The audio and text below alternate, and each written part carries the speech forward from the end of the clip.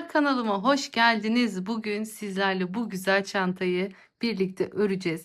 Gerçekten o kadar güzel bir çanta oldu ki şöyle hemen göstermek istiyorum. Bakın, önü, arkası rengarenk, farklı renkler çalıştım. İki rengimiz ortak, onun dışında her bir çiçekte ben farklı renk kullandım. Elimde renk çeşidi fazlaydı. Size bütün alternatifleri göstermek istedim. Siz dilerseniz bunlardan bir tanesini seçip tek renk olarak da çalışabilirsiniz. Dilerseniz bu şekilde benim gibi de çalışabilirsiniz. En sevdiğiniz rengi her yerde kullanmakta özgürsünüz. Ebatları tam bir plaj çantası. Gerçekten çok severek çalıştım. Kendim için çalıştım bu çantayı. Severek kullanacağım. Gerçekten her kıyafetinize, her mayonuza tamamıyla yakışacak, her kombininize eşlik edecek bir çanta. Çok da eğlenceli bir çanta. Gerçekten böyle cıvıl cıvıl tam bir yaz çantası diyebilirim. Şöyle hemen içini göstermek istiyorum. İçinde bu şekilde iki tane cep çalıştım. Ben astar kullanmadım. Dediğim gibi plaj çantası olacağı için tercih etmedim. Ancak siz dilerseniz astarlayabilirsiniz. Onun yerine yine şöyle renkli, keyifli birer tane cep ekledim. Tüm detayları bu videoda bulabileceksiniz. Silindir saplarımız var ama silindir sapımızı ben ütüyle daha yassı hale getirdim ve bu çantada böyle daha güzel olduğunu düşünüyorum. Hemen ölçülerini vererek başlamak istiyorum çantamıza. Genel bir gramajı da vereceğim. Tabii ki de renkleri tek tek ölçme şansımız yok ama onun dışında genel bir ağırlıktan bahsedeceğim sizlere. Şöyle bir orta motiften yola çıkacak olursak, tabii ki de bu bunun bitmiş, birleştirilmiş ve ütülenmiş hali. O yüzden sizi yanıltmasın ama burada görüyorsunuz 13 santim ama ilk halindeyken açıkken 14 santim civarda diyebiliriz. Şöyle baktığınızda bakın 13 santimlik motiflerimiz var. Dediğim gibi siz hepsini birleştirdiğinizde bu şekilde birazcık küçülecektir. Şöyle toplamda baktığımız zaman yaklaşık 40 santimde 40'a 40'lık bir görüyorsunuz şöyle kare bir motifimiz oluşmuş oluyor ve yanlarımızda, yan körüklerimizde şöyle bakın, tam kenardan tutmuyorum çünkü burada bir sık iğne var. Evet, 12 santim diyebiliriz şu yan körüğümüzün genişliğine de. Bu şekilde nasıl kolay hesaplama yapabileceğinizi verdim videonun içinde. Gerçekten yine çok güzel püf noktaları var bu çantada, kaçırmayın diyorum bu anlamda. İçindeki ceplerinin ölçülerini de yine videonun içinde bulabileceksiniz. Oldukça güzel, kullanışlı bir çanta oldu benim için. Ben çok severek çalıştım. Dediğim gibi kendime çalıştım. Umarım beğenip sizler de bu güzel çantayı örersiniz diyorum. Hala kanalıma abone olmadıysanız kanalıma ücretsiz bir şekilde abone olup yorumlarınızla, beğenilerinizle bana destek olabilirsiniz. Hype butonuna da basarsanız gerçekten çok mutlu olurum. Biliyorsunuz etkileşimleriniz bizim için çok kıymetli. Moralimiz, motivasyonumuz yerinde olsun. Bol bol video çekelim istiyorsanız lütfen siz de bize bu anlamda katkıda bulunun diyorum. Haydi hazırsanız hemen ip detaylarına geçelim. Ben bu çantada kağıt ip kullandım. Dediğim gibi gramajını hemen şimdi ölçüp, hala ölçmemiştim, size söyleyeceğim. 4 milimetrelik tığ kullandım. İpim gerçekten çok kalındı benim. Siz ipinizin kalınlığına göre 3,5 milimetrede tercih edebilirsiniz. Ama şu kenar, gördüğünüz gibi şu kenar sık iğnesini yaparken sadece 3,5 milimetrelik tığa geçtim. Rahat bir şekilde batabilmek adına. Yine iğnelerim var, çıt çıtım var. Opsiyoneldir. Ben deri çıt çıt kullandım. Siz dilerseniz normal örgüden yapabilirsiniz bunu. Elimde hazırdı, kullandım. Ama aynısının örgüsünde yapmak çantaya gerçekten yakışacaktır. Sap olarak yine alternatif göstereyim size.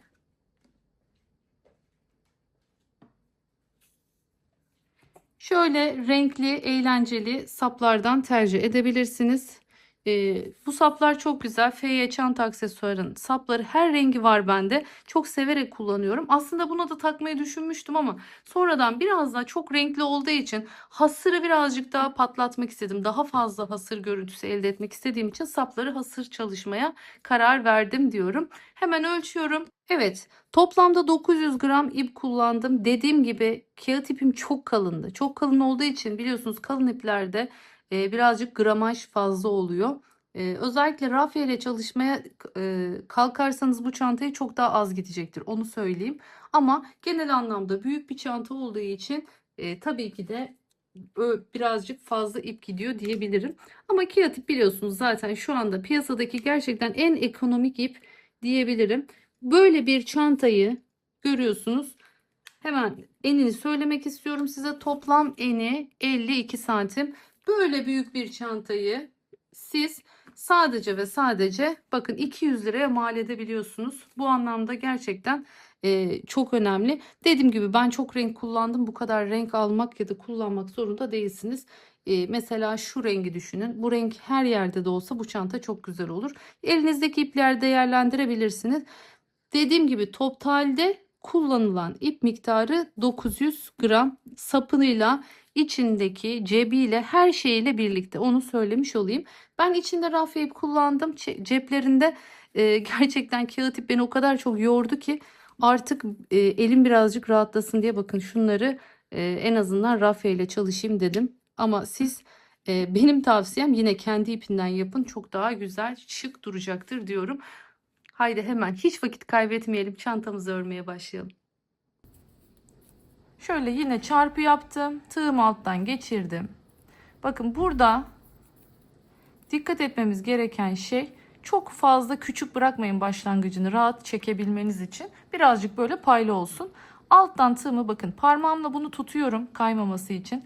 Alttan tığımı geçirip buradan ipi çekiyorum yukarı, döndürüyorum ve bir zincirle sıkıştırıyorum. Böylelikle başlangıcımı yapmış oluyorum. Şimdi bakın bu da sık iğneden sayılacak biraz sonra. Şimdi bunun yanına toplamda 7 tane sık iğne yapıyorum. Bu 7 sık iğneyi yaptığımızda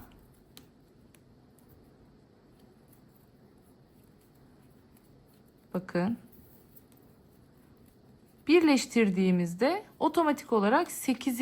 sık iğne de ortaya çıkmış olacak. Sayalım: 1, 2, 3, 4, 5, 6 ve 7 dedik. Şimdi artık sıkıştırıyoruz göbeğimizi. Şimdi 7 taneyi yaptım ve sıkıyorum.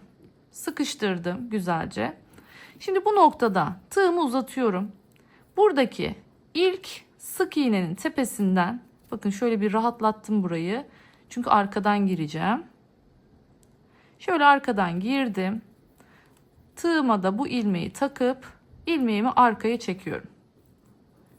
Şimdi bu ilmeği parmağımla tutuyorum. Tığımı da buradan geçiriyorum. Bakın o ipin uzantısı zaten bu. İlmeğimi de geçirdim, taktım. Böylelikle hem o alttaki ilk yaptığımız sıkıştırmaya bir sık iğneye çevirdik. Onun tepesini oluşturduk. Hem de aynı zamanda bu şekilde onun üzerine bir sık iğne daha yapmış olduk. Şimdi bakın dikkat edin. Bu hizayı 1 olarak kabul edersek 2, 3, 4, 5, 6, 7, 8 tane olmuş oldu. Şimdi bu sırada ne yapıyorduk? Her birine çift batacaktık. Her birine çift batmak için şimdi bunun da üzerinden yürütelim. Aynı yere, bakın buradaki girdiğim noktaya tekrardan giriyorum. Şimdi bu ilmek birazcık sıkı oluyor. O yüzden 3,5 milimetrelik tığ alıyorum. Sadece bunun için. Bakın rahat girip buradan ilmek çıkarttım. Bu şekilde burayı çiftlemiş oldum. Geldim.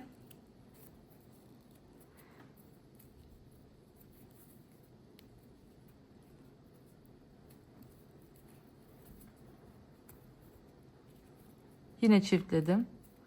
Şimdi üçüncüye geldim.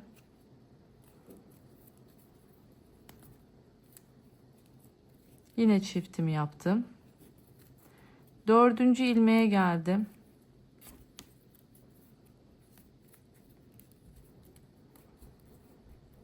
Bir, aynı yere bir daha battım. 2, yine çiftledim.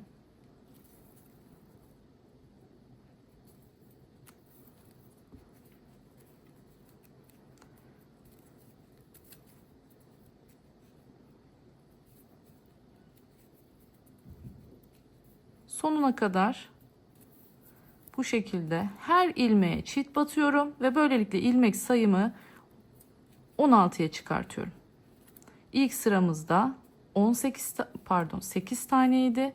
İkinci sıramızda 16 tane.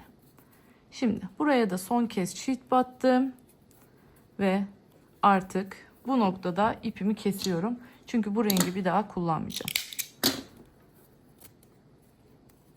Şimdi burada bakın ilk gerçek sık iğne bu. Onun üzerinden giriyorum. Bu içinden yürüttüğüm ipimi de artık kestim. Bu şekilde.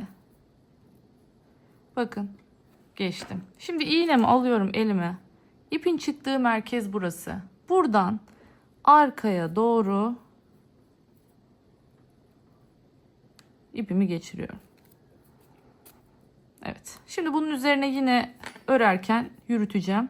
Bakın böylelikle merkezimizi yapmış olduk. Bu iple işimiz bitti. Bunu kaldırabiliriz. Ben şöyle bu tarz ipleri kaldırırken çözülüyorlar biliyorsunuz. Şöyle bir koli bandıyla tutturuyorum ki iplerim açılmasın. Bu da sizlere fikir olsun. Şimdi geldik çiçeğimize. Çiçeğimizi hasırın en açık tonu dediğimiz böyle buğday rengi diyebileceğimiz bir renkle yapıyoruz. Şimdi geliyorum tam bu noktadan. Artık biliyorsunuz 4 milimetrelik tığımdayım. Bakın. Buradan başlıyorum. Burada dilerseniz ipinizin hani ben gerek duymuyorum hiçbir zaman ama bazıları da alışkanlık şu şekilde buraya ilk bir sıkıştırıp şöyle bir sıkıştırmayla başlayabilirsiniz. Şimdi ne yapıyorum? İpimi uzatıyorum. Döndürdüm. Bakın içinden geçtim ve bu şekilde buraya ilk trabzanımı oluşturdum. Aynı yere tekrardan girdim. Şimdi bu ipi içinden yürüterek gideceğim. Geldim. 2 seferde çekiyorum. Bakın daha önce çantada 3 seferde çekiyorduk. Bunu da 2 seferde çekiyorum. Evet. Şimdi yine bir zincir. Bir boşluk bıraktım altta. Tekrardan. 1 2 3 tane. Bakın aynı yere 3 tane yapıyorum. Yine bir zincir çektim. Geldim. Buradan bakın bir taneyi atladım. Yanındakine gittim. Yine bu şekilde 8 kez tekrarlıyoruz bu işlemi. Çünkü çiçeğimizin 8 tane taç yaprağı var. Evet. Hadi şimdi hepsini yapıp geleyim. Şimdi artık bitirdim geldim. Bakın döndüm dolaştım. Yine bir zincirimi çektim. Geldim buraya ilmek kaydırmamı yaptım.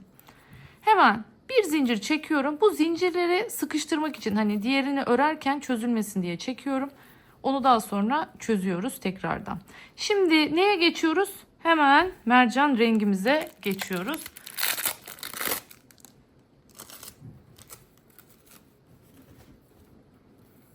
Burada renk kombinasyonları tamamen size kalmış. İstediğiniz rengi tercih edebilirsiniz bu anlamda. Hemen bir sonraki bakın burada örmediğimiz sık iğnemiz vardı ya buradan gireceğiz. Şimdi şöyle yine aynı şekilde buraya bir kilit yapalım.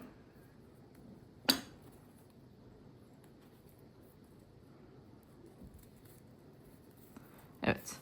Şimdi ne yaptık? Yine ipimi uzattım. Bakın bu şekilde döndürdüm. Şimdi bu aynı noktadan tekrardan giriyorum. Girdim. Çektim yukarıya. Şu düğüm arkada kalması lazım. Bunun içinden diğerinin arkasından dolanıyorum. Bakın bu şekilde. Böyle bir trabzan yapmış oldum. Bakın bir trabzan yapmış oldum bu şekilde. Şimdi 1, 2, 3 tane zincirimi çekiyorum. Burada 3 tane olduğu için. Şimdi bu zincirlerde şöyle bir yol izlemeniz gerekiyor. Bazen ipleriniz kalınlık anlamında çok dengeli olmayabiliyor. Yani diyelim ki bu ipiniz çok kalın, bu ipiniz çok ince. Bunun 3 zinciri eğer buraya sizi taşımıyorsa o zaman ne yaparsınız? Bakın bu şekilde zincir sayınızı arttırabilirsiniz. Ya da daha gevşek zincirler çekebilirsiniz. Mesela şu an baktım sanki benimki böyle biraz şey oldu. Hafif zincirlerimi genişlettim. Döndüm. Bakın yine burada batılmamış olan bıraktığımız bir nokta var. Girdim oraya. Şöyle tığımı öne geçirdim. Bakın 1 ve 2. 2 seferde çekiyorum. Yine 1, 2, 3 tane zincirimi çektim. Geldim yine ön taraftan. Bakın 2 seferde çektim. Yine 1, 2, 3. Son kez gösteriyorum. Geldim önden. Şu batılmamış ilmeğe 1, 2. Şimdi bu şekilde tam tur her yeri örüp geliyorum. Evet, geldim şimdi son noktaya. Görüyorsunuz. 3 tane zincirimi çektim. Şimdi artık bu ipimi öne alıyorum. Geliyorum buraya. Bakın bunlar benim şimdi 1, 2, 3 tane zincirim. Şu da benim ilk yaptığım trabzanımın tepesi. Geliyorum şimdi bu trabzanın tepesine.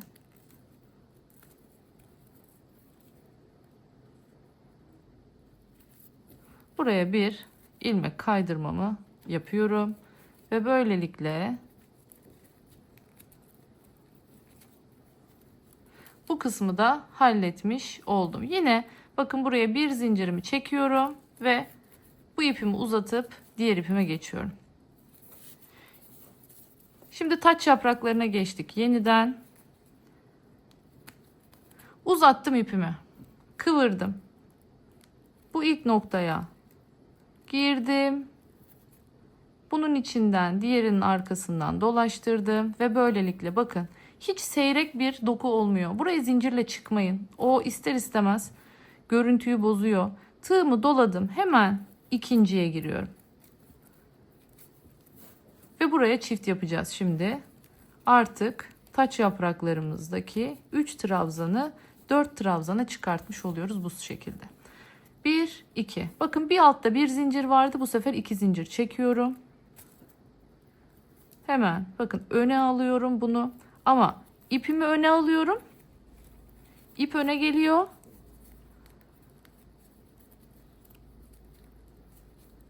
Bu şekilde önden batıyorum. Yani bu yeşilin örgüyü arkaya alıyorum. İpini öne alıyorum. 1. Geldim ikinci trabzanın tepesine. Buraya çift yapıyorum. Geldim.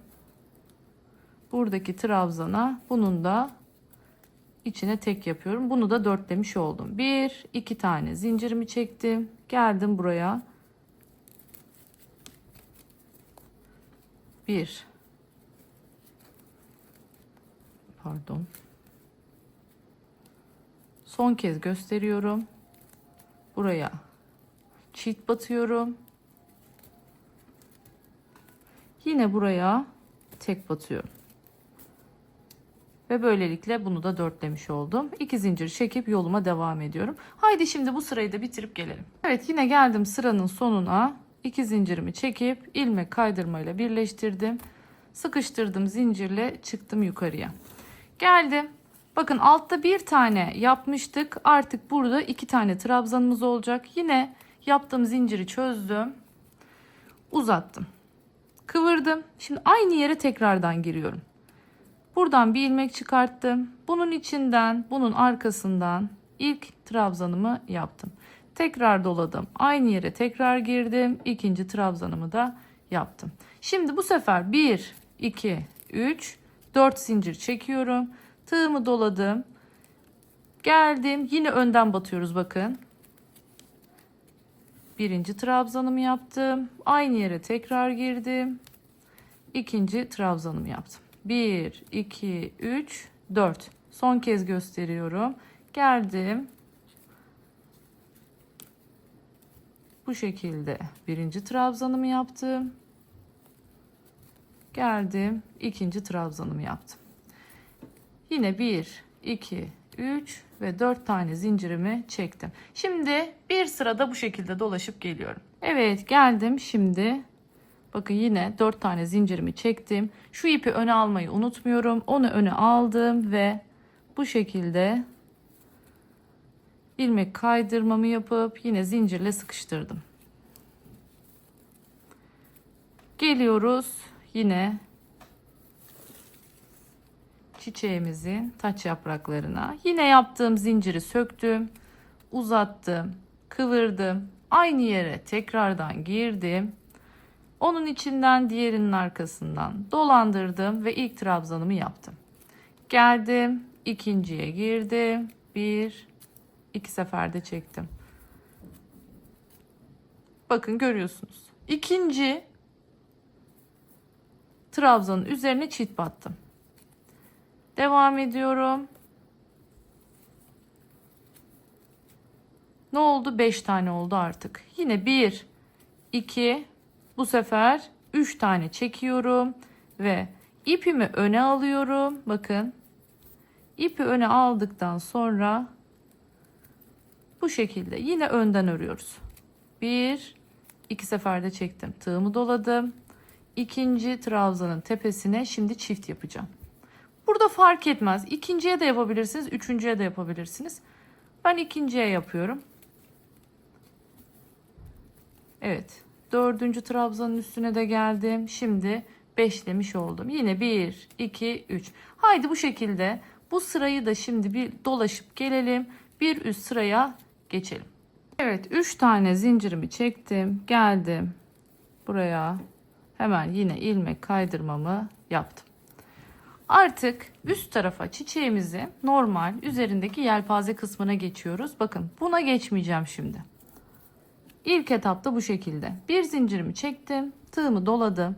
Şu 5 tanenin tam ortasındaki noktaya şimdi ikili trabzanlarımı yapmaya başlıyorum. 6 tane trabzan yapacağım buraya. 2, 3, 4, 5 ve 6. Geldim. En baştaki,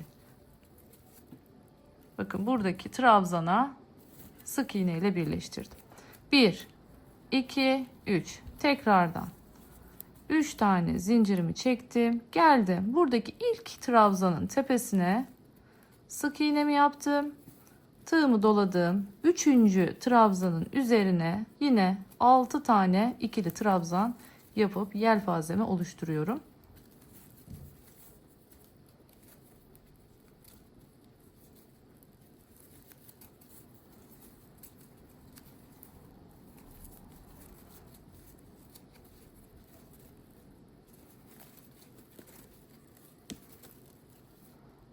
Bakalım şimdi. 1, 2, 3, 4, 5, 6. Yine geldim 5.'nin üzerine sık iğnemi yaptım. Tekrardan 1, 2, 3 zincir çekip ilk trabzanın tepesine sık iğne yapıyorum ve aynı işlemi tekrar edeceğim. Şimdi bu şekilde bu sırayı dolaşıp geliyorum. Evet, şimdi geldim artık sonuna. Bu noktada buraya şu ilk yaptığım şu sık iğne benzeri sıkıştırma zincirin üzerine ilmek kaydırdım ve sonrasında artık ipimi kesiyorum. Bir sonraki ilmekten de ipimi bakın şöyle içinden V'nin iç noktasından ipimi arkaya çektim. Bunları daha sonra iğneyle hep gizleyeceğim. Bakın bu şekilde artık çiçek kısmımız hazır. Şöyle elinizle, el ütüsüyle düzeltebilirsiniz. Şimdi geldim artık. Bakın buraya bu ipimize geçiyorum. Şimdi tığımı uzattım.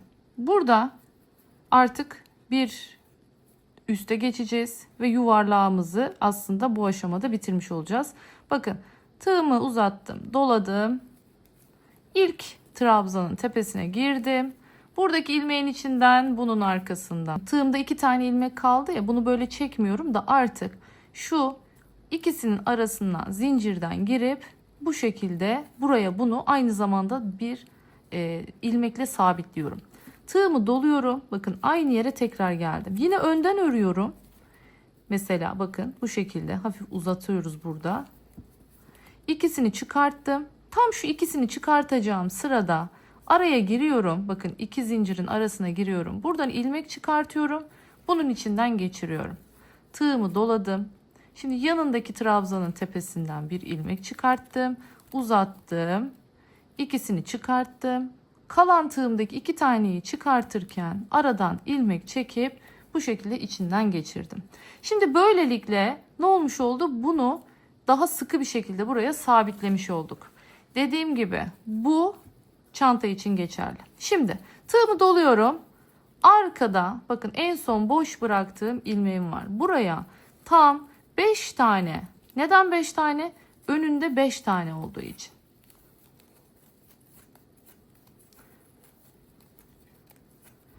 Dört ve 5 tane. Geldim tekrardan. Şimdi öne geçeceğiz. Önden battım trabzana. İkisini çıkarttım. Diğer ikisini çıkartmadan zincirin arasından ilmek çektim. Şimdi çıkarttım. Tekrar tığımı doladım. Aynı tepeye tekrar girdim. Buradan ikisini çıkarttım. Kalan ikisini çıkartmadan zincirin arasından bir ilmek çektim ve bu şekilde yaptım. Şimdi tekrar tığımı doladım. Son trabzanın tepesine girdim. İkisini çıkarttım. Diğer ikisini çıkartmadan zincirlerin arasından bir ilmek çektim ve bu şekilde bakın görüyorsunuz ilmeğimizi çektik. Ne yapıyorum şimdi? Arkaya geçiyorum. Yine arkadan trabzanlarıma devam ediyorum. 2 3 4 ve 5. Anlaşıldı diye düşünüyorum. Şimdi bu yöntemle bu sefer komple etrafını dolaşıp geliyorum. Yine şurayı da ördüğümde bakın en son burayı da ördüğümde nasıl birleştiriyoruz ve üst sıraya nasıl geçiyoruz onu göstereceğim. Hadi şimdi bir sıra daha dolaşıp geleyim. Buraya kadar getirdim. Buraya kadar siz başka bir motif üzerinden izlediniz. Şimdi buradan sonrasını ise bu motif üzerinden göstereceğim sizlere. Şimdi burada dikkat ettiyseniz nereye kadar gelmiştik? Şu yuvarlak kısmı örme aşamasına gelmiştik. Şimdi bu yuvarlak kısımdan sonra bunu öncelikle bir kareye dönüştüreceğiz. Şimdi tığımda ilmeğim bakın var. Arkaya 5 tane gördüğünüz gibi trabzanımı yaptım ve uzattım. Şu görmüş olduğunuz birinci değil ikincinin arkadan girip bu şekilde arkaya çekiyorum. Sonra normal ipin uzantısından bakın bu şekilde girip ilmeği takıyorum ve çıkartıp sıkıştırıyorum. Bakın buraya bu şekilde bir tane sık iğnemi yapmış oldum. Bunun üzerine ne yapacağım? Şimdi bakın bunun tepesi yok biliyorsunuz. Şöyle yanındaki sık iğneyi de yapınca göreceksiniz. Bunun tepesi yok. Bunu ne zaman yapıyoruz? Buradan dolaşıp geldiğimizde buraya artık bunun bir tepesi olacak. Şimdi geliyorum. Diyelim ki köşelerimizi şuralara koyalım. Bir köşeyi buraya. Daha net anlayabilmeniz için yapıyorum. Bir tane atlıyorum. Diğer köşeyi buraya. Yine bir tane atlıyorum. Diğer köşeyi buraya.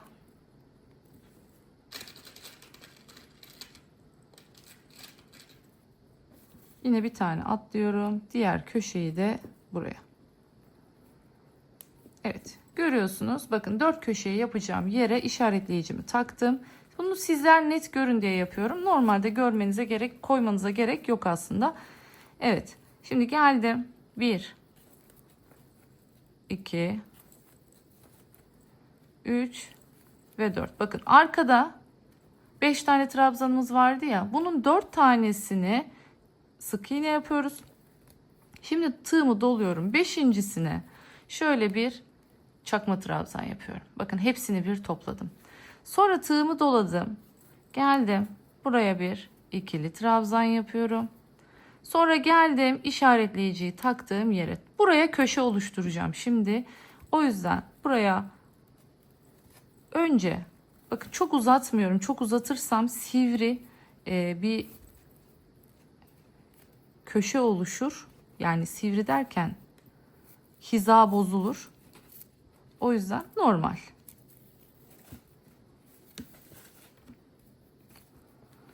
Tığımı doladım. Aynı yere tekrar bir ikili trabzan. Şimdi araya bir, iki tane zincir geldim. Aynı araya bakın. Hala aynı ilmeğin içindeyim. Bir ikili trabzan daha yaptım. Yani ne oldu? 2 tane ikili trabzan, 2 zincir, 2 tane ikili trabzan. Aynı ilmeğin içine. Şimdi yanındakinden devam ediyorum. Buraya tekrardan ikili trabzan.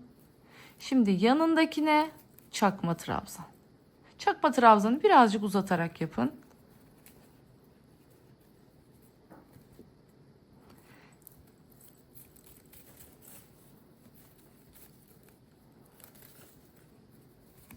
Şimdi devam ediyorum.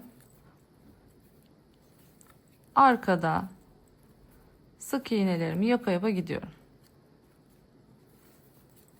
Bakın buradaki grup bitti. Şimdi ortayı yapıyorum. Sık iğnelerinizi özellikle şu orta kısma geldiğinizde sıkı yapın. Motifimizde bombe oluşmasın. Yani şurasının düz olması için şurayı biraz sıkı yapmaya çalışın. Elinizi sıkı tutun burada. Özellikle benim ipim aşırı kalın. Yani o kadar kalın ki. Şimdi geldik bakın 5. trabzana. Tığımı doladım. Buraya bir tane çakma trabzan yaptım. Hemen tığımı doladım. Bir ikili trabzan yaptım. Tığımı doladım. Şimdi bunun içine bakın artık şu ortadaki trabzanın içine önce 2 tane ikili trabzan. Sonra 2 zincir. Sonra yine 2 tane ikili trabzan. Bakın ipim hep gergin.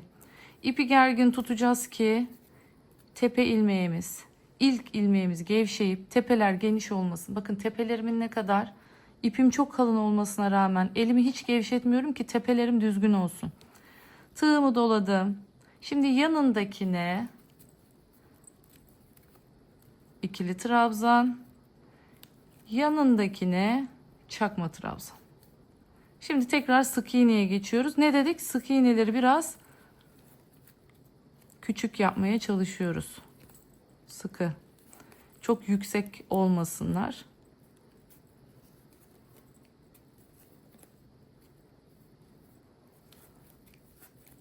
Anlaşıldı diye düşünüyorum. Şimdi iki köşeyi yaptık. Aynı şekilde şu iki köşeyi de yapıp gelelim. Sonra başlangıç noktamızda burasıydı. Burada devam edelim birlikte. Evet. Şimdi bakın motifimiz hazır. Ben hepsini şu anda gördüğünüz gibi temizledim. Bakın arkaları tertemiz şu anda. Bu şekilde kaç tane yapıyoruz bundan? Toplamda 18 tane yapıyoruz. 18 tanenin 9 tanesi bir yüzünde, 9 tanesi bir yüzünde olacak şekilde istediğiniz renkte yapabilirsiniz. Bakın ben böyle her biri farklı renkte olsun istedim. Şimdi bunları kendi kafama göre, kendimce nasıl güzel olacağını düşünüyorsam dizeceğim. Dizdikten sonra ne yapacağız? Hemen ilmek kaydırmaya başlayacağız. İlmek kaydırmayla parçalarımızı birleştireceğiz. Etrafını da bir sıra sık iğneyle döneceğiz. Bakın hemen bir tanesini yaptım ben. Hemen onu göstereyim size. Bakın bu şekilde görüyorsunuz. İlmek kaydırmayla önce birleştirdim. Sonra etrafını güzelce dolaştım. Şimdi burada görmüş olduğunuz 9 tane motifimizi de aynı burada olduğu gibi birlikte birleştireceğiz. Dediğim gibi bunu yapmadan önce güzelce dizaynınızı yapın. Renkleri yerleştirin. Bakın ben bu şekilde yerleştirmişim. Ağız kısmı şu an yan kısmı altı üstü neresinin olduğu bir önemi yok. Bakın istediğim yönlü çevirip çantamı ağız kısmına getirebilirim. Çünkü zaten kare olduğu için neresinin alta üste geldiğinin hiçbir önemi yok. Bu tamamen size kalmış. Şimdi bir tane de bir şey göstermek istiyorum. Bakın ben şöyle içine bir turuncu cep yaptım. Aynısından diğer tarafına da bakın şöyle pembesini yaptım. Görüyorsunuz. İçine de böyle eğlenceli 2 tane cep takacağım. Astar yapmayacağım çünkü ben bu çantaya astar olmadığı için şöyle ufak tefek eşyalarımı işte telefondur, karttır vesairedir böyle eşyalarımı içine koyabileceğim 2 tane böyle küçük cep yapmış oldum. Bu cepleri dilerseniz farklı yönlere birer tane yapabilirsiniz. Dilerseniz de bu şekilde takabilirsiniz. Bakın böyle taktığınızda böyle çiftli bir cep yapmış olursunuz. Görüntü açısından da yine güzel bir görüntü elde edersiniz. Yine bunun nasıl yapıldığını tarif edeceğim.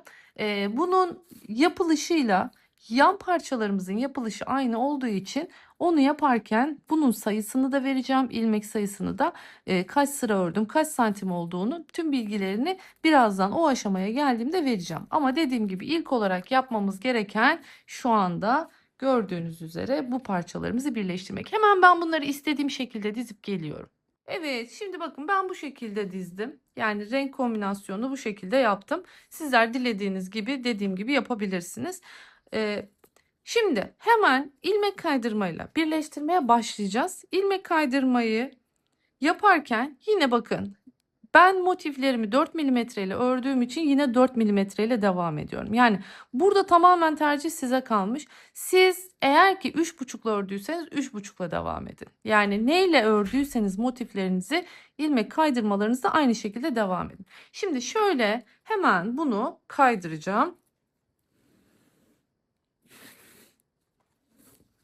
Şöyle şu şekilde bakın şuraya kaydıracağım. Şimdi sırayla başlıyorum. Bakın şu ikisini birleştirerek başlayacağım.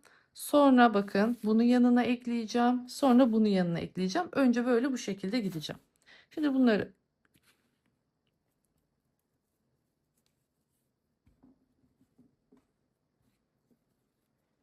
başlarken bakın buradaki şu görmüş olduğunuz ilk zincirden başlayacağız.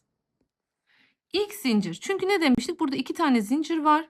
Bu 2 tane zincirin bir tanesi bu hattımız için, bir tanesi ise bu hattımız için. O yüzden buradaki bakın zincirin tek kanadından girdim. Yine aynı şekilde burada da 2 zincir var. Buradaki zincirin de tek kanadından girdim. Şimdi alttan ipimi çekiyorum ve ilmek kaydırmaya başlıyorum. Geldim hemen yanındaki. Burada da yanındaki. Görüyorsunuz. İçinden çıkarttım. İlk ilmek kaydırmamı yapmış oldum. Geliyorum hemen ikinci. Burada da ikinci. Bakın. Karşılıklı sayılarımız eşit olduğu için ağız ağza gelecek şekilde böyle karşılıklı ilerliyorum.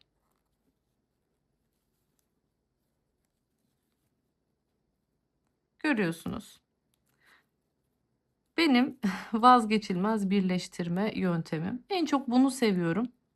Motif birleştirmeye en çok bunu yakıştırıyorum. Şekillileri var. İşte dediğim gibi iğne ile vesaire alternatifleri var. Ama ben herhalde en çok bunu tercih ediyorum.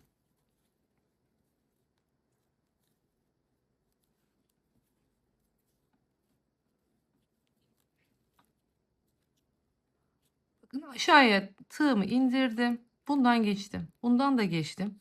İpimi sadece bakın şöyle tığın başına geçiriyorum. Başka hiçbir şey yapmıyorum. Sonra tekrardan sırasıyla ikisinden çıkıp diğerinin içinden geçiriyorum. İlk başta zor gelebilir ama zamanla alışırsınız. Bu aşamadayken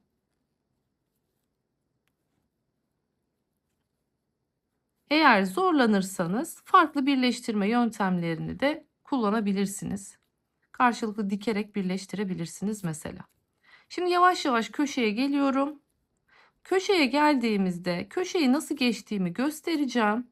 Sonrasında bir de bunun tam aksi yönde yani dikeyde nasıl birleştiğini göstereceğim ve geri kalan kısımlarını artık hemen yapıp geleceğim. Burada tek bir püf noktamız var köşede. O da diğer motiflere zincirle geçiyor olmamız. Kasma yapmaması için istediğimiz kare görüntüsünü elde edebilmemiz adına. Bakın, birinden geçtim, diğerinden geçtim. Evet, zincir kısmını da bu şekilde bitirdim. Şimdi burada ne yapıyoruz? Hemen bir tane zinciri çekiyoruz. Buraya geçerken kasma olmasın diye. Bakın, olduğu gibi motifimi aşağıya indiriyorum. Biliyorsunuz elim hep altta. Şimdi aldım bu motifi. Hemen bu motifin yine bakın 2 tane zincir var. Trabzanın dibindeki zincire girdim. Aldım. Yine burada da trabzanın dibindeki zincire girdim. İkisinin içinden geçiriyorum. Pardon, şurada tel takıldı. Onu bir düzeltelim.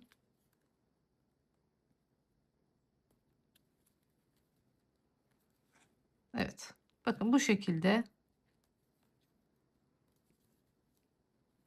yine yolumuza aynı şekilde devam ediyoruz.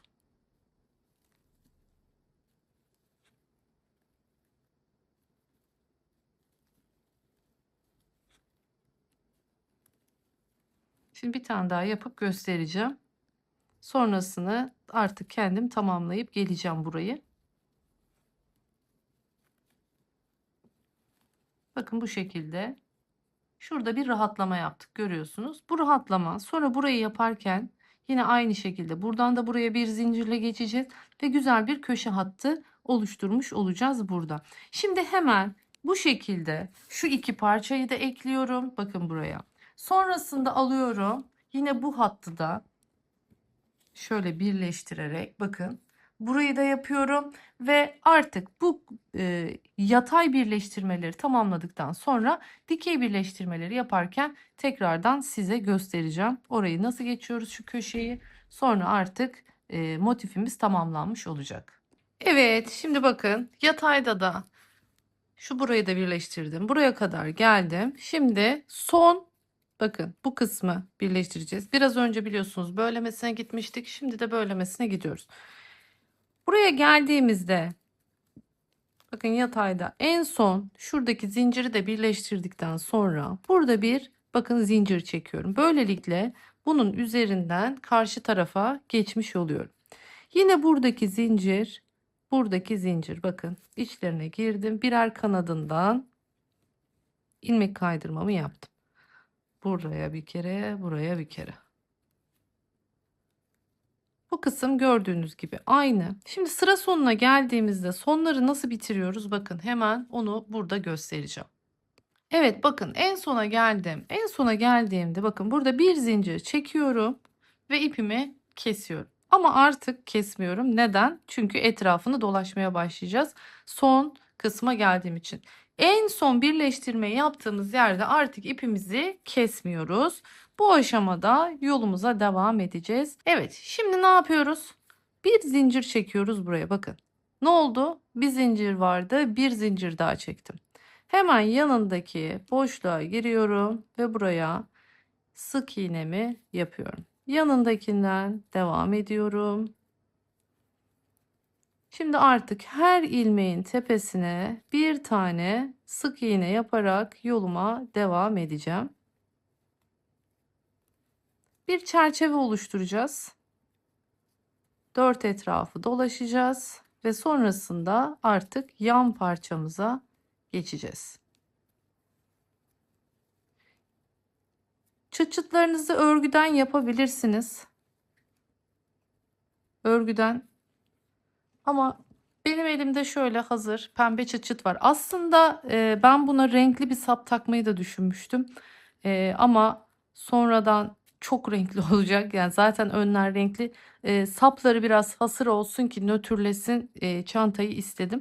Çıt çıtını bunu takacağım ama dediğim gibi siz bunu normal kare parçalar örerek de yapabilirsiniz. Yani illa deri kullanmak zorunda değilsiniz. Şimdi hemen şu ek yerine kadar öreyim. Burayı nasıl geçeceğiz onu göstereceğim. Evet, geldik buraya. Bakın en son trabzanın üzerine yaptım. Şimdi geldim buradaki zincir boşluğuna da bir tane yaptım. Ve artık şurada görmüş olduğunuz zincir var bakın. Bu zincirin içine gireceğim. Yani şuraya giriyorum.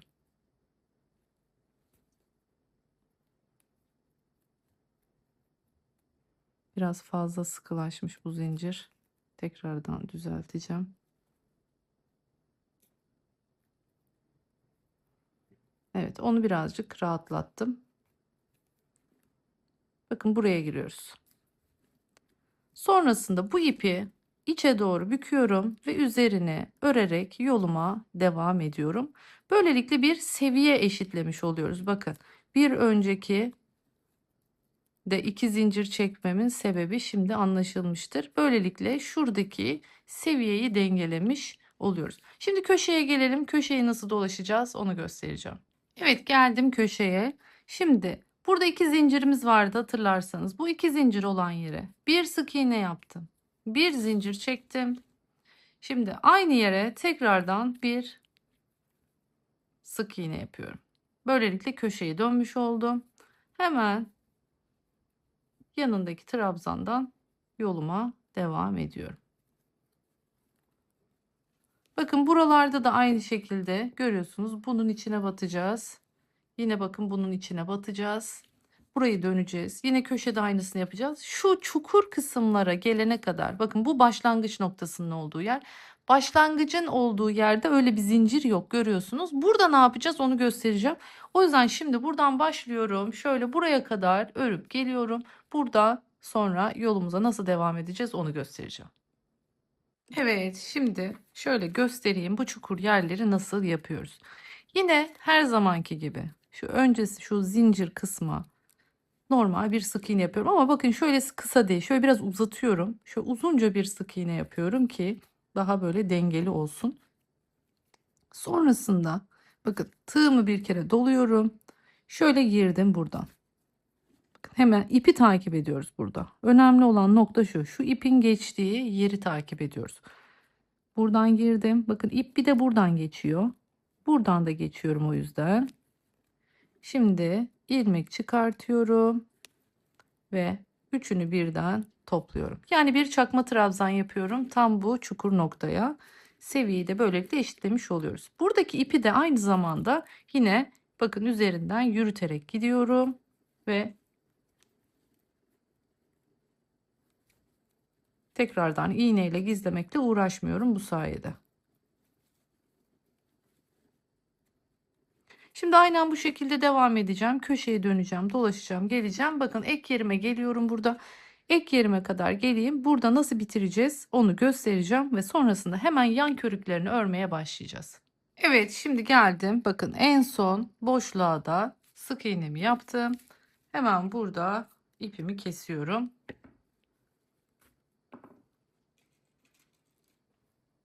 İğnemi alıyorum. Bakın buradaki şimdi şöyle bu bir zincir. Bu bunun tepesine yapmış olduğum zincir. Bu ikisi değil. Hemen şuradaki ilk bakın şu zincir boşluğundaki ilk sık iğnenin tepesinden giriyorum. Şimdi tekrardan ipin çıktığı noktadan arkaya geçiyorum. Bakın bu şekilde görüyorsunuz. Buraya tepesini düzlemiş olduk. Şimdi bunu burada şöyle herhangi bir noktada sabitliyorum. Bakın aynı yerden tekrar geçiyorum. Böylelikle buraya bunu sabitlemiş oluyorum. Şimdi artık şöyle sırayla sık iğnelerimin arasından ipimi yürütebilirim.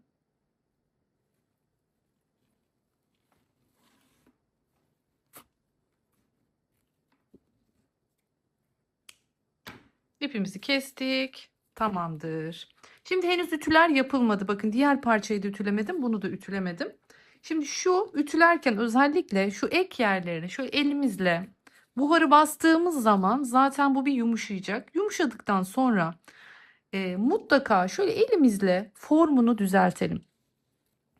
Şu ek yerlerini olsun, köşe hatlarını olsun böyle düzeltelim. Bakın, ütüyü bilerek en son yapıyoruz. Motifleri ütülemiyoruz ki şu en son birleşmiş kare formunu alabilsin. Yoksa motifleriniz böyle kenarları oval oval olabilir. Ona dikkat edelim.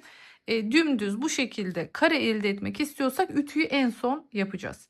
Şimdi geldik artık yan körüklere. Hemen yan körükleri yapmaya başlayacağım. Burada artık çok el oyalayıcı bir şey olsun istemiyorum. Çünkü parçamız çok uzun.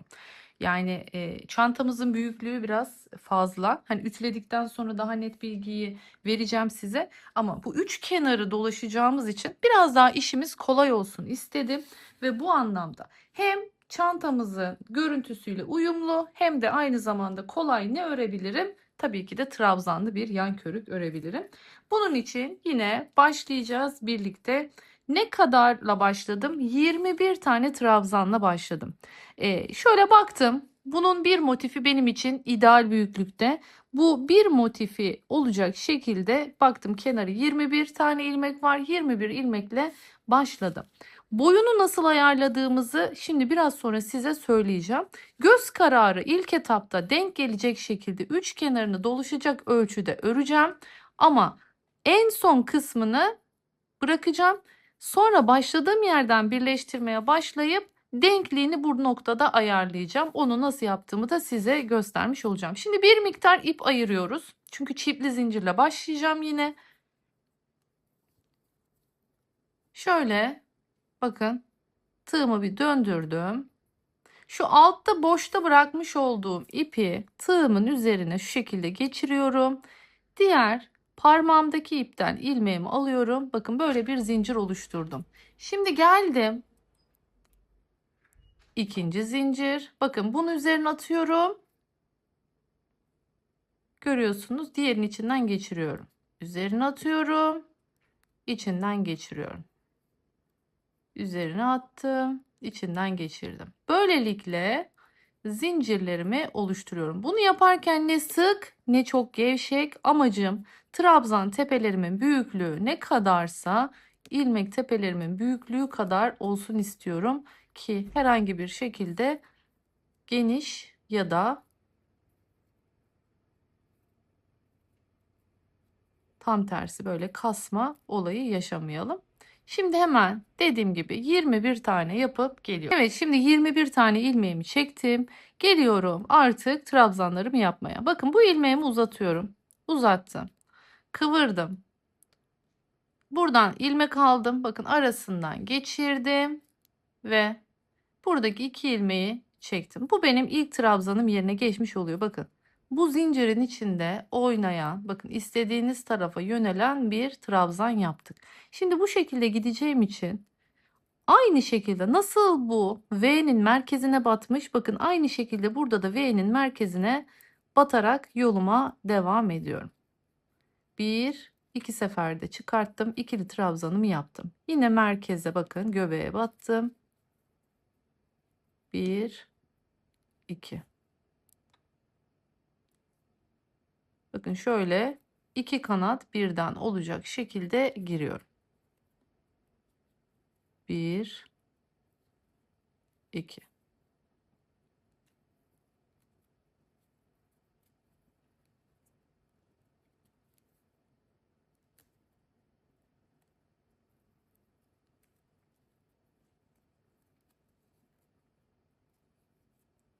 Bakın, görüyorsunuz. Bu şekilde ikili trabzanlarımızı sıranın sonuna kadar şimdi yapıp geliyorum. Sonrasında üst sıraya nasıl çıkıyorum onu göstereceğim. Evet, şimdi sıranın sonuna geldim. İpimi uzatıyorum bakın. Kıvırdım. Döndüm. Parmağımla tutuyorum bu şekilde. Şimdi buradaki ilk trabzan tepesine giriyorum ve buradan bir ilmek çıkartıyorum. Şimdi buradaki bu ilmek, görüyorsunuz. Bu ilmeğin içinden geçiyorum. Şuradaki bakın, bunun arkasından giriyorum. Tığımı yukarıya çekiyorum. Bakın, kendiliğinden şöyle vurgulu bir trabzan oluştu. Görüyorsunuz. Bu o kadar güzel bir kenar hattı oluşturuyor ki. Hem hattınız düzgün olacak hem de bakın dönüp dolaşıp geldiğinizde batacak bir tepeniz olacak. Görüyorsunuz şöyle. Burada bir tepeniz var. Ona rahatlıkla batabileceksiniz. Hemen tepelere yine her tepeye bir ikili trabzan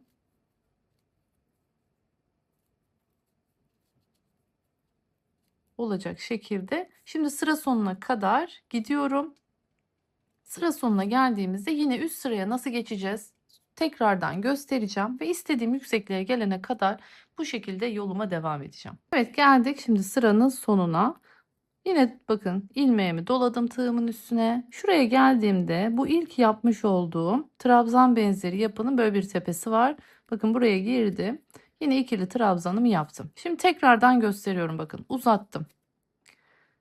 Döndürdüm. Ve buraya ilk trabzanın tepesine tekrardan girdim. Bunun içinden, bunun arkasından dolaştım. Bakın görüyorsunuz. Sonra bu ikisini birden çıkarttım. Yine o istediğim trabzan görüntüsünü elde etmiş oldum. Şimdi bu şekilde hiç durmadan git gel yoluma devam edeceğim. Şimdi bu parçalarla neler öreceğiz?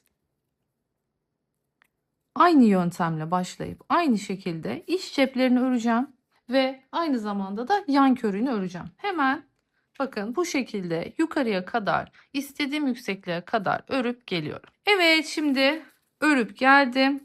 Bakın görüyorsunuz. Şöyle göstereyim, ne kadar düzgün bir şekilde örgümüzü tamamladık. Şu an tabii ki de ütüsü yapılmadığı için oldukça biraz katı, sert yani. Böyle ütülediğimizde birazcık daha o istediğimiz daha yumuşak dokuyu elde edeceğiz. Bakın bu şekilde ben üç kenarının uzunluğu kadar tahmini olarak ördüm.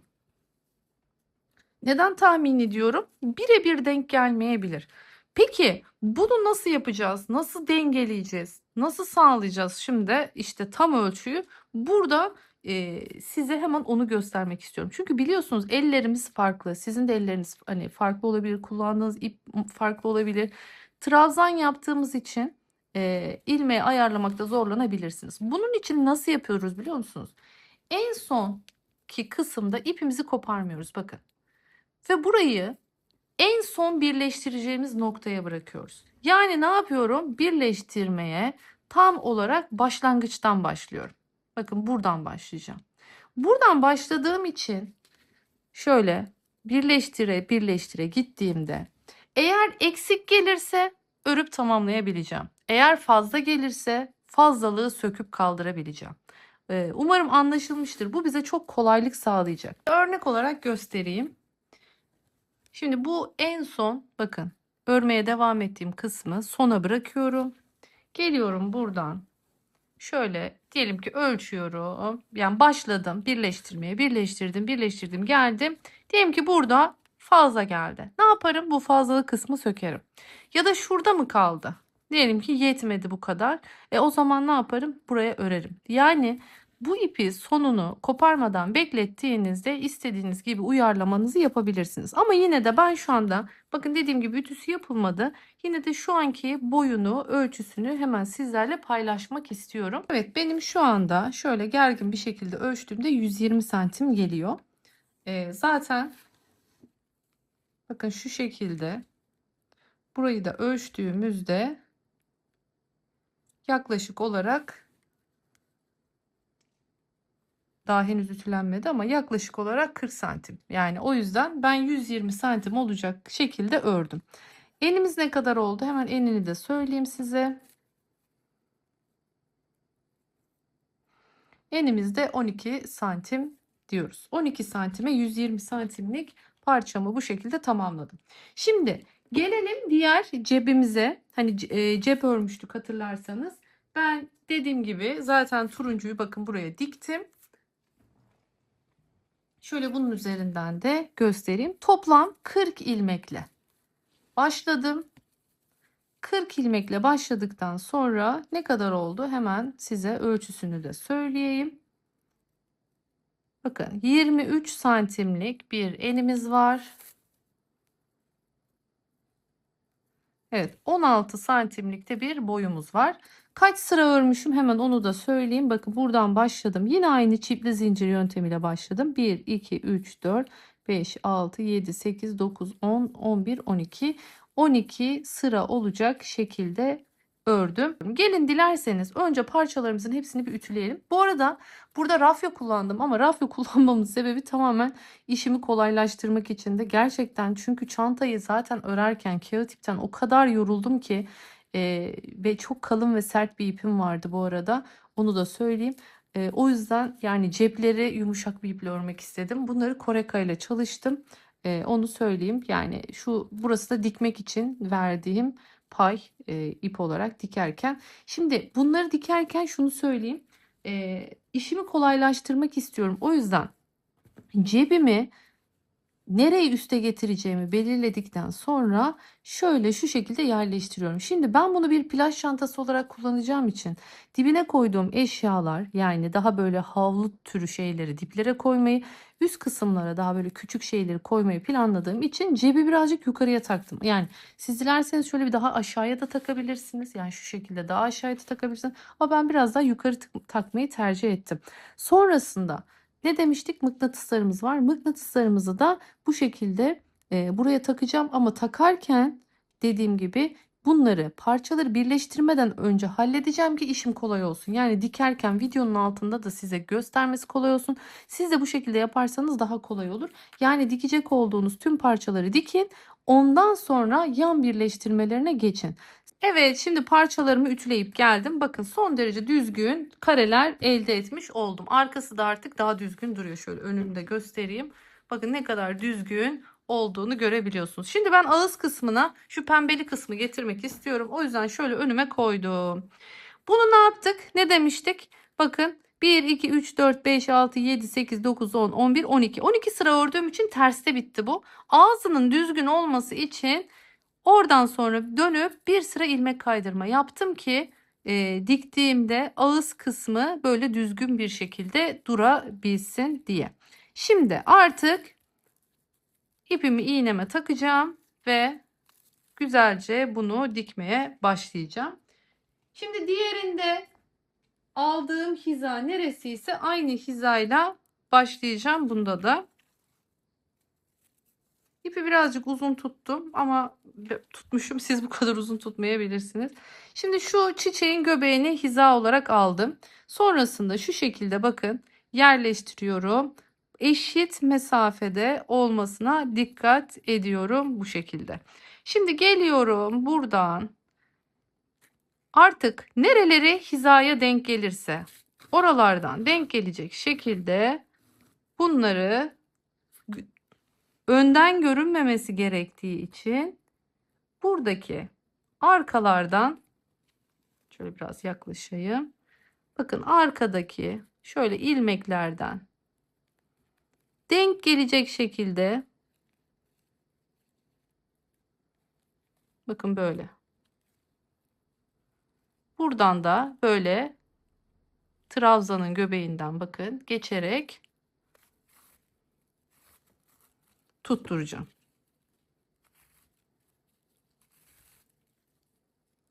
Şöyle güzelce sıkıştırıyorum.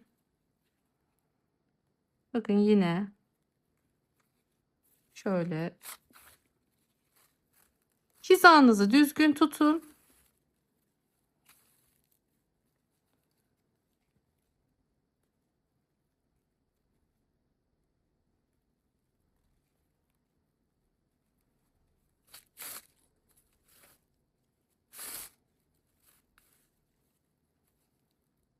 Bakın hiçbir şekilde zaten belli olmayacak.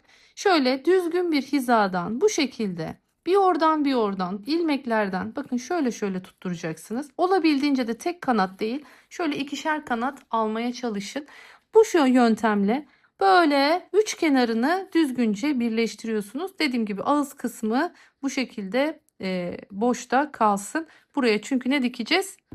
çıt dikeceğiz. Şimdi ben bu yöntemle komple etrafını dolaşıp bu cebimi de dikip geliyorum.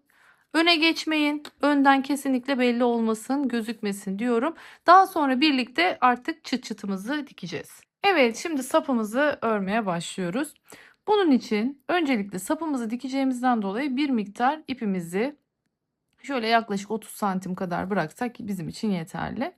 Hemen bu şekilde zincir çekerek başlıyorum. 2, 3 ve 4 tane. Bakın alt hat için bir tane de üzerine yükseklik kazandırmak için 5 tane zincirimi çektim. Hemen buradaki bakın çeviriyorum. Birinci değil ikinci zincirin arkasından girdim. Şimdi buraya yan yana 4 tane sık iğne oluşturacağım. Burada evet spiral bir sap yapacağız ama dikmek kolay olsun diye alt kısmının böyle normal ince bir sık iğne hattı oluşmasını istiyorum. O yüzden şimdi bakın farklı bir yöntemle ilerleyeceğiz. Görüyorsunuz önümüzde 1, 2, 3, 4 tane gördüğünüz sık iğnemiz oldu. Şimdi ne yapıyorum? Hemen bir tane bakın buradan zincirimi çekiyorum ve dönüyorum. Öncelikle biliyorsunuz şöyle V'lerimiz vardı. Bu V'lerin kendimden taraftaki bakın kanatlarına giriyorum. 1,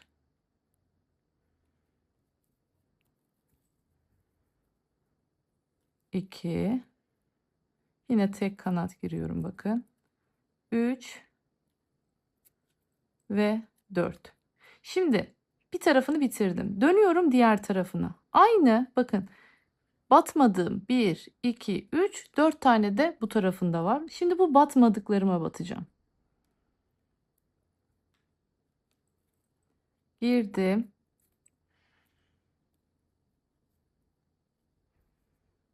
1, 2,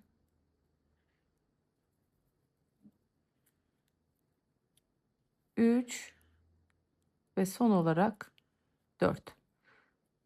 Ne oldu bu şekilde? 4 bir tarafta, 4 bir tarafta. Bakın artık spirale dönmeye başlıyoruz. Burada geliyorum. İlk yapmış olduğum, bakın ikinci sırada ilk yapmış olduğum sık iğnenin tepesine. Artık iki kanadını birden alıyorum. 1. Şimdi geldim ikinci sık iğnenin tepesine. 2, 3, sıradaki 4,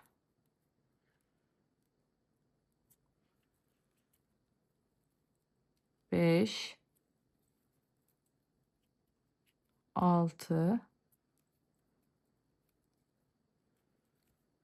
7 ve 8. Bakın böylelikle 3. sırayı da bitirmiş olduk.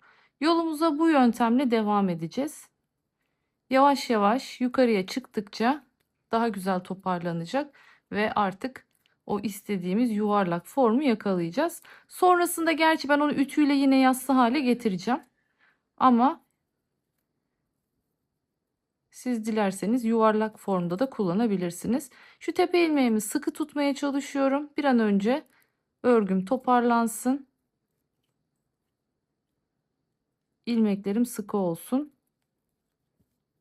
Bakın hiçbir şey yapmıyorum artık. Döne döne istediğim yüksekliğe gelene kadar devam edeceğim.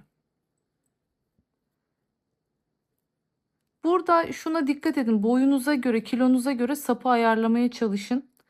Eğer uzun boylu değilseniz çok uzun bir sap çantanızın çok aşağıda durmanıza sebep olur.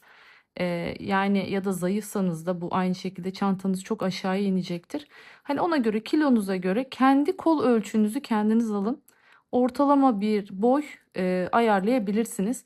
Bunun için 50 santim başlangıç için hani en az 50 En fazla 60 diyebiliriz bu çanta bazında. Çünkü çantanın kendisi büyük olduğu için eğer gereğinden fazla uzun bir sap yaparsanız bu sefer omzunuzu asmadığınızda elinizde hiç taşıyamazsınız çantayı. O yüzden kendi boyunuza göre çanta yere değmeyecek şekilde elinizle tuttuğunuzda böyle yere değmeyecek şekilde kalması lazım.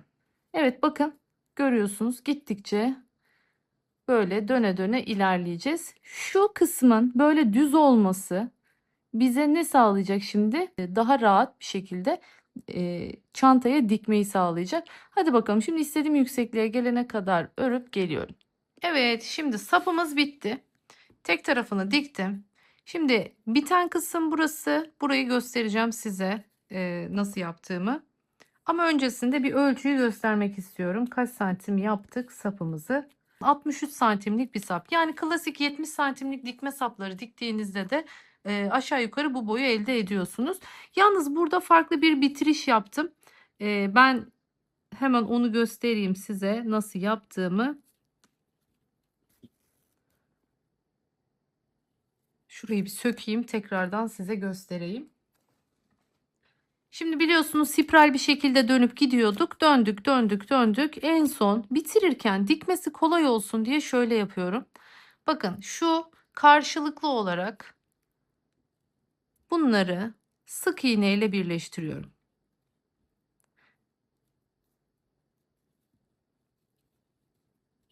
Nasıl başlangıçta böyle bakın bu şekilde yine sık iğne ile başladıysak, dikme yerinin daha kolay olması için yapıyorum bunu. Şöyle bakın 4 tane sık iğne ile de bitiriyorum.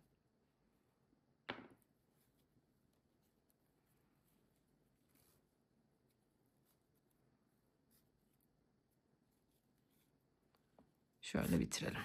Evet. Şimdi bunu artık çantamıza monte edeceğiz. Bakın görüyorsunuz, taktım. Takarken hafif şöyle içinde bir bolluk olsun istediğim için bakın şöyle bir bolluk verdim bu tarafına dikerken. Hani daha böyle geniş şeyleri koyabilmek adına. Diğer tarafta ise bakın şöyle daha düz takmıştım. Daha düz takmıştım. Diğerinde biraz bombe verdim. Şimdi bunda çıt çıtı göstereceğim. Bunda sapı göstereceğim. Yani bu parçada bunun dikimini göstereceğim. Diğerinde ise sapın dikimini göstereceğim. Şimdi burada sapımızı şöyle bir elinizle güzelce bir form verin. İster istemez fazla bükülüyor. Spiral şekilde ördüğümüz için. Nasıl kolunuzda böyle güzel duracaksa o şekilde getirin. Ve ona göre dikimini gerçekleştirin. Şimdi birlikte dikeceğiz. Şöyle şuradan bakın, sınırdan 2 tane ilmek bu tarafta olacak şekilde başlıyorum ve hemen nereden, birini ağız kısmından dikeceğim, birini bir alt sıradan dikeceğim. Bakın şuradaki sık iğnelerin altındaki sıradan dikerek başlıyorum. 2 ilmek kenardan başladım. Evet, hemen bakın bir yana geçiyorum. Burada da hemen bir yandan çıkıyorum.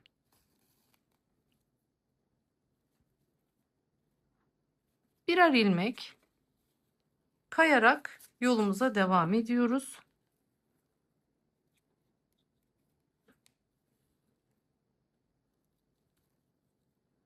Hemen ucundan dikmiyorum. 2 sıra dikiyorum ki sapın yükünü alabilsin.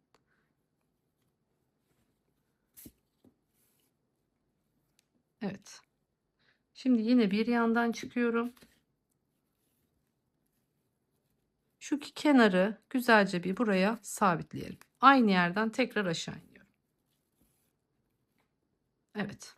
Bakın alt kısmı tamamen diktik. Şimdi buradan bir üst sıraya kayıyorum. Yani tam ağız kısmındaki sık iğnelerin olduğu kısma kayıyorum. Ve hemen bir üst sıranın kenarından başlıyorum.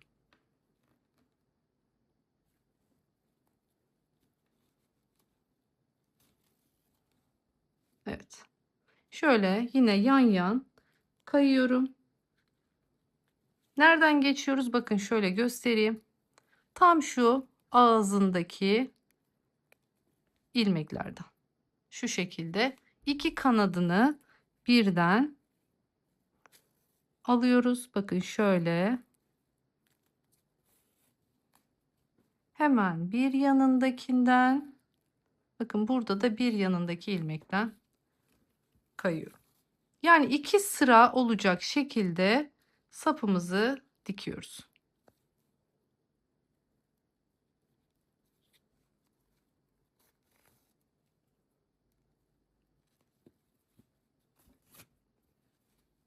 Evet. Şimdi şöyle aşağıya inip burayı da şöyle sabitletelim.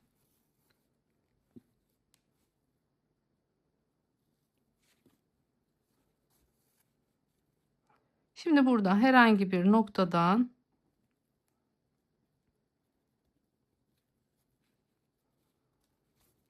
ipimizi sıkıştıralım.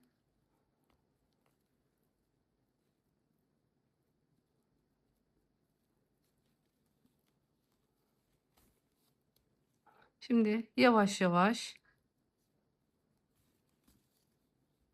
ipimizi sapın içine bu şekilde hapsediyorum.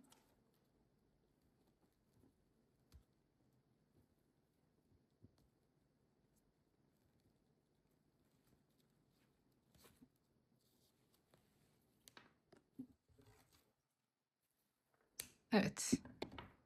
Kestik. Bu şekilde sapımızı güzelce buraya monte etmiş olduk. Şimdi gelelim. Bunu kenara çekiyorum. Geliyorum çıt çıtımı dikmeye. Çıt çıtımı dikerken pembe bir çıt çıt kullandığım için elimde de ona uygun bir deri dikme ipi olmadığından dolayı bu sefer pembe rafyayı tercih edeceğim. Klasik pembe rafyayla dikeceğim. Hemen şöyle, bakın buradan tam orta noktaya denk getirerek dikiyorum. Hizasını şuradaki çiçeğin göbeğinden alıyorum. Bakın buradan hizalayarak başlayacağım. Ortadan başlıyorum. Hemen şuradaki bir alt sıradan ilerleyeceğiz. Bakın şöyle. Şimdi buradan geçerken sık iğnenin içinden geçiyorum. Pembe iple diktiğimiz için kendi ipiyle dikerseniz, yani hasır rengiyle dikerseniz işiniz çok daha kolay olur ip gizleme konusunda. Bakın hemen bir yanındakinden çıkıyorum. Yine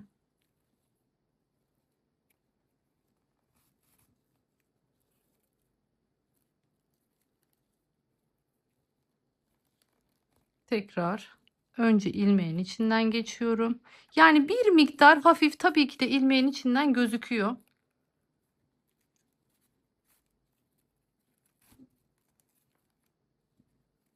Bu kadar yapacak bir şey yok.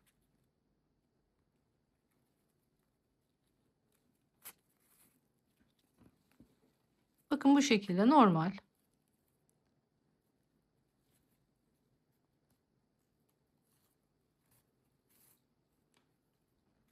Kaya kaya ilerliyorum. Şimdi buradan bu sefer geriye döneceğim. Şöyle göstereyim. Bakın bu şekilde gittik. Buradan çıkacağım. Bu sefer buradan geri döneceğim. Buradan gideceğim. Bu sefer tekrar buradan geri döneceğim. Böylelikle bütün aralara batılmış olacak. Ve en son orta kısımdan alta geçip iplerimi gizleyeceğim. Şimdi bakın şu geri dönüşümü bir göstereyim.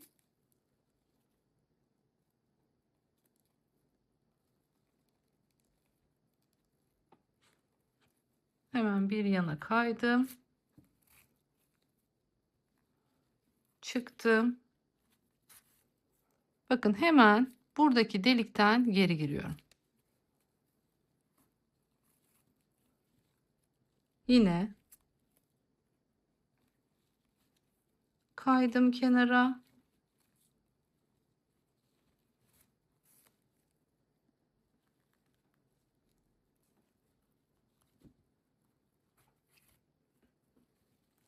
Bakın şöyle çıktım arkadan. Şu diziyi görmenizi istiyorum. Bakın bütün delikler doldu. Böylelikle bak makine dikişi gibi bir dikiş elde etmiş olduk. Şimdi bu mantıkla buraya kadar gidip tekrardan geri geldiğimizde her yeri böyle olacak. İpi gizlerken tekrar göstereceğim. Evet, şimdi geldim. Bakın iplerimin ikisini de şöyle arkaya bunun altına geçirdim. Şimdi burada sıkıca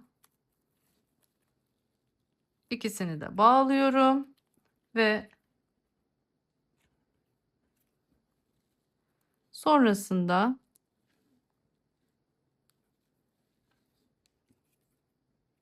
geçirecektim ama gerek yok. Şöyle kestim. Altta kaldı zaten. Evet, şimdi bakın parçalarımız hazır. Son derece düzgün bir şekilde hazırladık. Saplarımız dikili. Artık tüm detaylar tamamdır. Ne kaldı geriye? Bir tek yan parçamızı birleştirmeye. Hemen dilerseniz birleştirmeye başlayalım.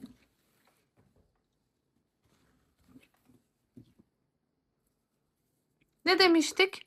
Şuradan başlayacağız. Bakın şu ipi yürütüp gelmişim sonuna kadar. Buradan artık bunu kesebiliriz.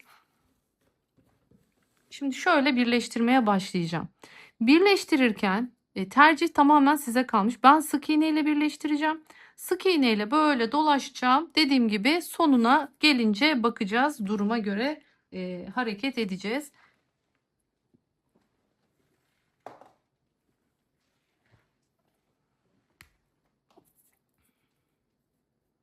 Evet. Şimdi kenarda hatırlarsanız ne yapmıştık? Bir sık iğne, bir zincir, bir sık iğne yapmıştık. Buradaki görüyorsunuz. Ortadaki sık iğnemiz var ya. Bu sık iğneden giriyorum şöyle. Geliyorum. Buradaki en alt köşeden de giriyorum. Evet. Ve burayı bu şekilde sıkıştırıyorum. Şimdi aynı yere tekrardan giriyorum. Burada ben birleştirmemin daha kolay olması için böyle ilmeklerden daha kolay girebilmek, geçebilmek adına tığ küçülteceğim. 3,5 milimetrelik tığa geçeceğim bu noktada. Evet, 3,5 milimetrelik tığımı aldım. Böylelikle daha rahat ilerleyeceğim. Şimdi karşısına ne gelirse. Bakın gövdesinden girdim.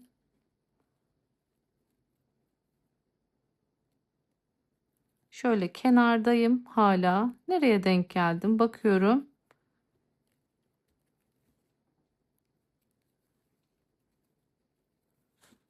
Bakın hemen gösteriyorum. Şu sınır noktasından girdim. Bir tane daha.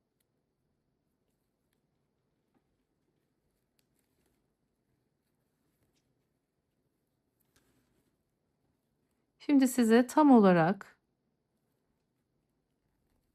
evet ne kadar denk geldiğini söyleyeceğim. Bakın karşısına neresi gelirse hiç bakmıyorum.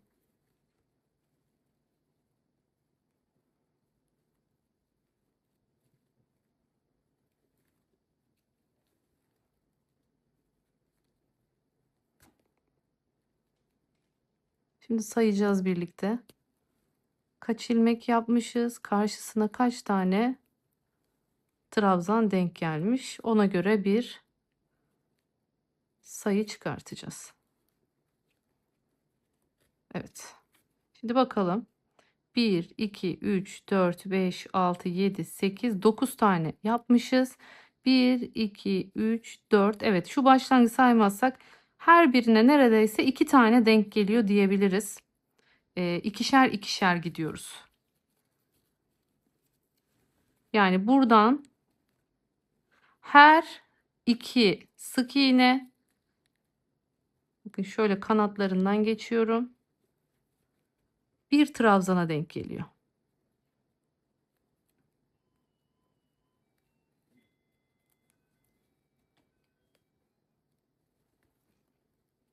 Evet. Evet, bakın bu şekilde. Dediğim gibi hiç kendinizi şartlamayın. Şuraya şu kadar batacağım diye. Hiç önemli değil. Bakın şöyle karşısına ne denk gelirse, yani hizaladığınızda bu ilmeğin karşısına neresi denk gelirse o şekilde girin. Ama sadece dediğim gibi böyle trabzanı komple alacak şekilde girmeyin. Böyle kanatlarından tutacak şekilde girin.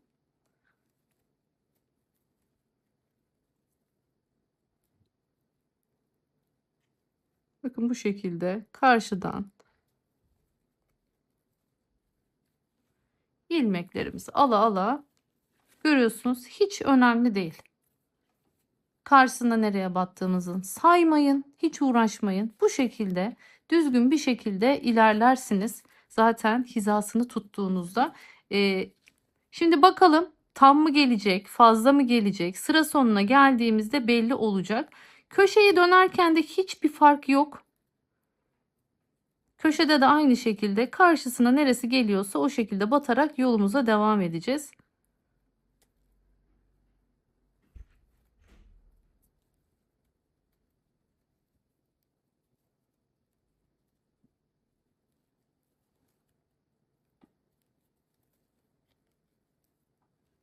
Şöyle biraz daha görün diye örüyorum.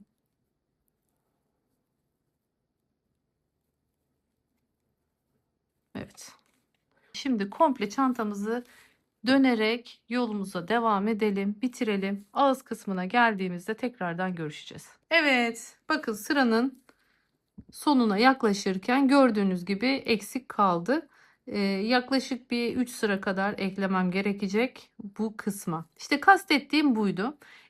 Sonuçta rahat rahat bakın istediğim gibi ilmeklerimi birleştirdim ve sonuca göre şimdi ekleme yapacağım. Fazla gelseydi de çıkartma yapacaktım. Bu sayede rahatlıkla istediğiniz ölçüyü korkmadan çantalarınızın körüklerinde hazırlayabilirsiniz.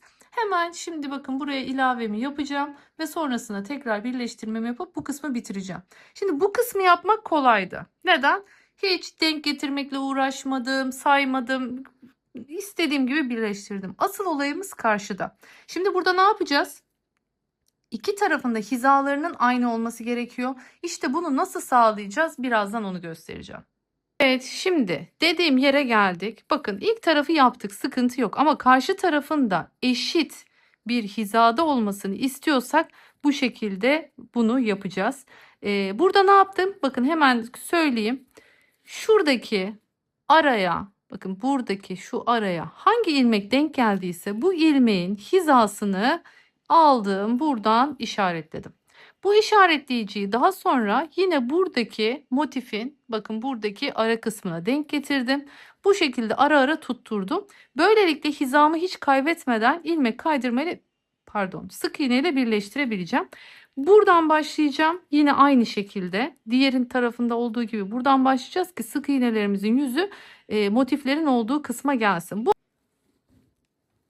Yine buradaki bakın köşedeki şu zincirden giriyorum. Tam şu köşeye denk gelen. Yine burada da köşedeki tepe ilmeğinden girerek başlıyorum.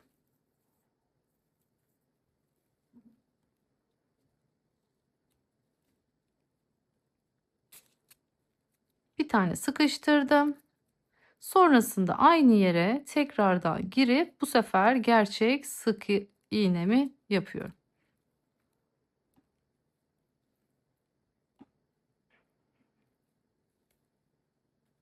Evet, şu ipimi de alttan çekip kenar hattını daha düzgün olmasını sağlıyorum. Şimdi yanındaki ilmekten yoluma devam ediyorum. Karşısına yine aynı şekilde neresi denk gelirse ağız ağza yoluma devam ediyorum. Burada dikkat edeceğimiz nokta bu şekilde hizaladığımızda şuradaki işaretleyicileri koyduğumuz hizaların hiç bozulmaması lazım. Eğer bu şekilde yaparsak çantamızı çok düzgün bir şekilde ekleriz. Eğer bunu yapmazsak mutlaka kayma yaşarsınız. Bu da çantanızın formunun güzel olması engeller. Şimdi hemen dilerseniz bu şekilde çantayı komple dolaşıp geleyim. Evet, finaldeyiz. Bakın o kadar güzel oldu ki. Bir ilk başta yaptığınızda, bitirdiğinizde kutu gibi görünecek. Hiç merak etmeyin. Bunu düzeltmenin yolu ütü. Hemen içinden bir ütü basacaksınız. Oldu bitti. Yani e, bu kadar güzel bir forma kavuşacak çantanız. Kocaman bir çanta yaptık. Gerçekten çok çok güzel oldu. Yani detayları her şeyle çok güzel. Ölçüleri zaten en başında, videonun en başında vermiştim. O yüzden videonun içinde tekrar tekrar verme gereği duymadım. Bakın saplarına da ütü bastım. Ütü basınca çok daha güzel oldu. Yani şöyle yassı hale getirdim bakın sapları ütü basınca ve yeniden fikrim değişti. Bu sapları kullanmaya karar verdim. Videonun şöyle ortalarında artık sapları diktikten sonra açıkçası silindir hali çok hoşuma gitmemişti ve deri sapı takmaya karar vermiştim ama şimdi ütüledikten sonra fikrim değişti. Çok güzel oldu. Şöyle içini tekrardan açalım, bakalım. Şöyle görüyorsunuz iç ceplerimiz, renkler şahane. Tam bir yaz çantası, tam bir plaj çantası. Ben tamamen plaj çantası amaçlı yaptım bu çantayı. Çünkü büyük bir çanta, ebatları büyük. Günlük kullanımda eğer uzun boyluysanız günlük kullanımda da rahatlıkla kullanabilirsiniz. Ama eğer daha minyonsanız plaj için daha uygun olacaktır. Ya da ne yapabilirsiniz? Bu çantayı 4 motifli olarak küçük versiyonuyla çalışabilirsiniz. Öyle de çok güzel olacaktır. Emin olun. Yani şöyle 4 motiften etrafını döndürün. Küçük bir şık el çantası da yapabilirsiniz. Yine çapraz sap takıp o şekilde de kullanabilirsiniz. Ben böyle büyük bir plaj çantası yapmak istedim kendime. Renkler şahane. Hangi mayoyu giyerseniz giyin, hangi kıyafeti giyerseniz giyin, bu çanta mutlaka ve mutlaka olacak. İki tarafta da bakın ortak renklerimiz var. Sadece şu görmüş olduğunuz bu renk ve bu renk ortak iki tarafta da, ama onun dışında bütün renklerimiz farklı. Birbirinden farklı. Gerçekten çok severek çalıştım. Umarım siz de beğenmişsinizdir diyorum. Umarım beğenmişsinizdir ve umarım bu güzel çantayı benimle buraya kadar örmüşsünüzdür diyorum. Bir başka güzellikle daha görüşünceye kadar kendinize çok çok iyi bakın. Hoşça kalın. Kanalıma abone olmayı unutmayın.